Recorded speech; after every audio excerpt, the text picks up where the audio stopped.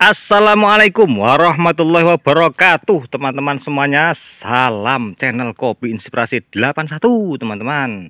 Kembali bersama kami, dan ini saya akan menjelaskan beberapa hal tentang pemupukan, teman-teman.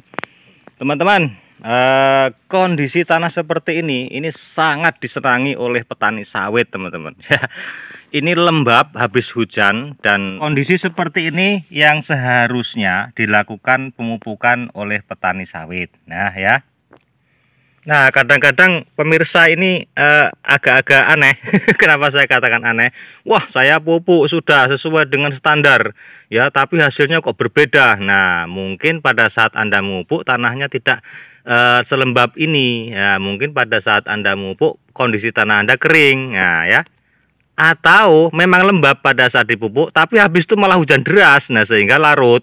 Nah, jadi kondisi-kondisi seperti itu juga akan mempengaruhi performa daripada resapan pupuk kita terhadap tanah kita ya.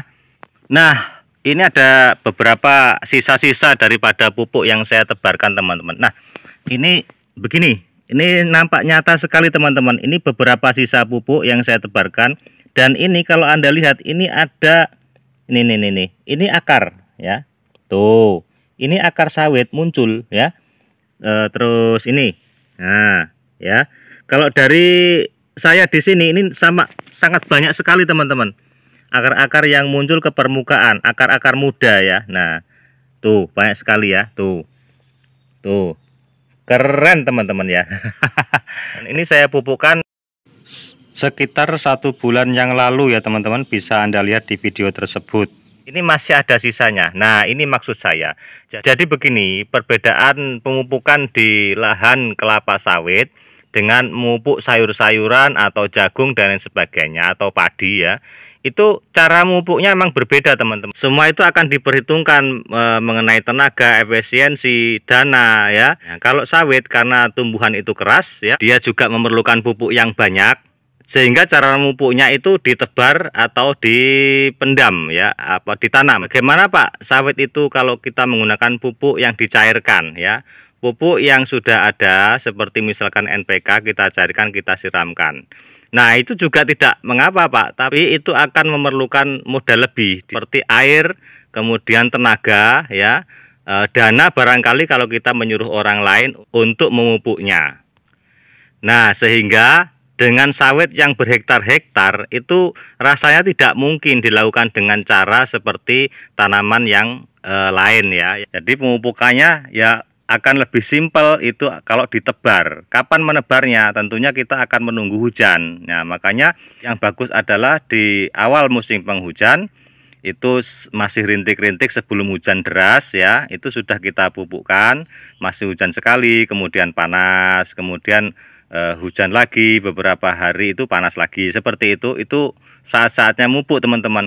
Nah, kemudian hujan deras ya kan, hujan tiap hari, kemudian di akhir penghujan gitu juga, teman-teman, namanya panas, habis itu agak panjang seminggu, hujan lagi 1 kali, panas lagi seminggu, hujan lagi. Nah, seperti itu, saat itu akhir penghujan juga, itu juga sangat baik untuk dipupukkan. Kenapa kok di kelapa sawit kok ditebar begitu banyak pupuk? Misalkan dalam 1 kali tebar itu ada 2 kilo sampai 3 kilo. Nah, seperti itu ya.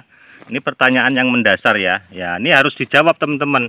Jadi begini, ini contoh pupuk yang masih ada ya, yang masih tersisa.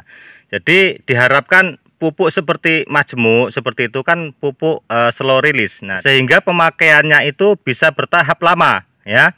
Hujan sekali itu masih ada pupuknya, sebagian larut ya ke dalam tanah, sebagian masih ada di permukaan tanah. Nah, ini akan menunggu hujan ke berikutnya. Nah, kemudian panas, nah, nanti 1 minggu hujan lagi. Nah, ini kan tidak langsung habis di hujan yang pertama, di hujan yang kedua seminggu kemudian itu akan larut kembali dengan pupuk yang sama. Butirannya awalnya besar ya, kemudian menipis karena terkikis oleh air, meresap ke tanah.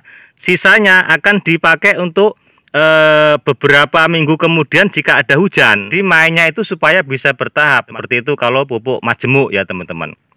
Nah, ini bagaimana teman-teman jika menggunakan sistem kocor? Nah, Anda kalau menggunakan sistem kocor juga harus mempelajari sistem ini, memupukkan di kelapa sawit dengan sekali tebar banyak, berarti Anda sekali ngocor tidak banyak mestinya ya. Kalau misalkan Anda itu pupuknya 1 kilo, ya sekali kocor mungkin cuma 1/4 kilo. Kan Anda mengaturnya sendiri. Kalau ini kan alam, kita menunggu hujan, sehingga kita kalau ada hujan baru terserap, baru dia luntur pupuknya ke tanah. Tapi kalau Anda melunturkan sendiri dengan mengaduknya dalam air, kemudian Anda siramkan, itu sebenarnya bagus. Malah bagus teman-teman, tapi ya itu tenaganya itu loh, dan kita menyiapkan airnya, tapi dosis harus tercukupi teman-teman ya. Kalau kita tebar misalkan untuk 1 bulan itu menggunakan 1 kilo ya, berarti kalau kita kocor untuk 1 bulan 1 kilo, berarti kocoran pertama itu juga dikurangi, nggak langsung 1 kilo, berarti 1 kilonya nanti sampai 1 bulan. Berarti minggu pertama ya 1/4 ya, minggu kedua 1/4 lagi, minggu ketiga 1/4 lagi, sehingga minggu keempat pas 1 bulan itu 1/4 lagi pas 1 kilo. Nah seperti itu juga maunya di sawit, seperti itu juga, tapi menunggu hujan. Jadi supaya nggak ribet ya, pakai pupuk yang slow release, kemudian ditebarkan langsung 1 kilo, sehingga dia menunggu hujan. Ini dampaknya kalau nggak ada hujan gimana? Ya nggak terpakai pupuk itu kalau kita tebar langsung teman-teman ya, karena pupuk itu memang harus menggunakan air untuk pelarutannya. Makanya juga dipaskan dengan pemupukan kelapa sawit itu sebaiknya ya pas sebelum musim penghujan dan sesudah musim penghujan. Itu juga sudah dihitung teman-teman. Mengapa demikian? Karena supaya terserap dengan baik ke lahan kita. Nah itu teman-teman ya. Jadi saya syuting di sini nih ke arah sini nih ya, karena di daerah sini masih ada tersisa-sisa pupuk-pupuk yang saya pupukkan ya. Contohnya seperti ini. Baik dolomitnya ya, bekas dolomitnya maupun bekas pupuk kimianya itu masih tersisa. Jadi padahal ini sudah hujan 3 kali teman-teman ya. Ini sudah hujan 3 kali setelah saya mupuk. Nah jadi masih ada sisanya sampai sekarang. Nah ini mudahan yang kita taburkan ini masih terpakai sampai 4 bulan ke depan. Baik teman-teman, mungkin itu yang bisa saya sampaikan. Semoga bermanfaat. Wabillahi taufiq wal hidayah. Assalamualaikum warahmatullahi wabarakatuh.